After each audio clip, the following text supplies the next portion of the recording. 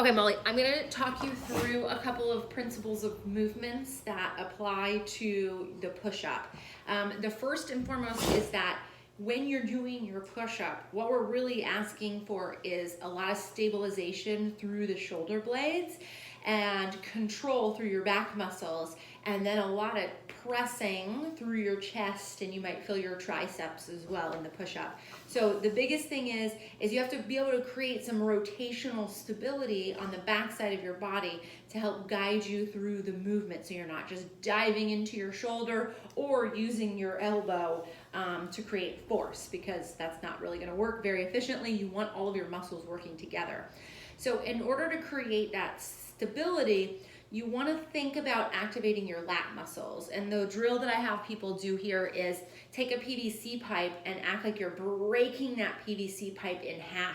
That kind of activation of like underneath the armpits, pulling the armpits down towards the rib cage. That's what you want to think about creating before you start your push-up. Now, you're not going to be able to hold onto a bar when you're doing your push-up. So how do you do that is you connect your hands to the ground, and then you think about your elbow pit, pushing your elbow pit forward by way of activating these muscles through here. So here I am in internal rotation. My elbow pit is not forward, it's pointing inward, and then I pull my elbow pit to point forward and engage these muscles through here.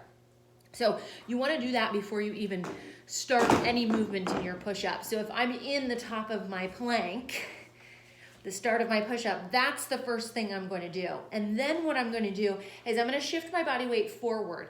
If you think about a hammer and a nail in terms of force production, if your wrist is the nail and your elbow is the hammer, you want that line to stay relatively straight.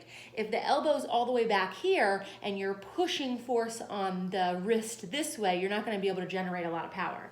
So when you get into your push-up or your plank and you find those elbow pits forward and then you shift forward and can come down, look at how my elbow is tracking right over top of my wrist.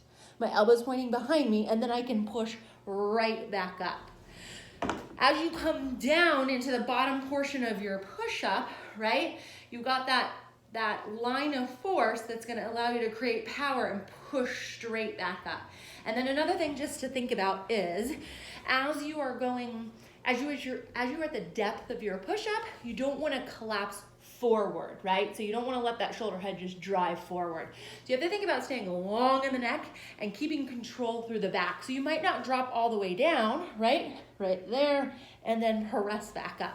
But you always want to think about shifting forward before you start your descent, so that way your lines of force stay lined up. The biggest thing, those are the two biggest things you need to think about. So remember, you're imagining yourself breaking a bar with that grip on the ground, so that you feel activation through here, and then you shift forward, and then you start to lower down. Try that out. Let me know how it works.